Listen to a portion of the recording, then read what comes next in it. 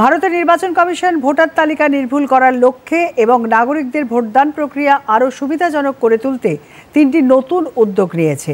ভারতের রেজিস্ট্রার জেনারেলের কাছ থেকে মৃত্যু সংক্রান্ত নিবন্ধীকরণ তথ্য ইলেকট্রনিকভাবে সংগ্রহ করবে কমিশন। এতে ইলেকটোরাল রেজিস্ট্রেশন অফিসার ইআরওরা এই বিষয়ে সমগ্র সময় মতো তথ্য পাবেন।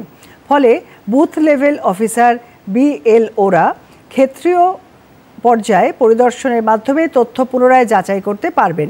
ভোটার ইনফরমেশন স্লিপ ভিআইএসকে আরও ভোটার বান্ধব করে তোলার জন্য কমিশন এর ডিজাইনে পরিবর্তন আনার সিদ্ধান্ত নিয়েছে।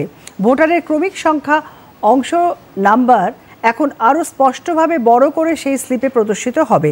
ফলে ভোটাররা খুব সহজেই তাদের ভোট কেন্দ্র শনাক্ত করতে এবং ভোট গ্রহণের সঙ্গে যুক্ত কর্মীরা দক্ষতার সঙ্গে ভোটার তালিকায় তাদের নাম মিলিয়ে দেখতে পারবেন।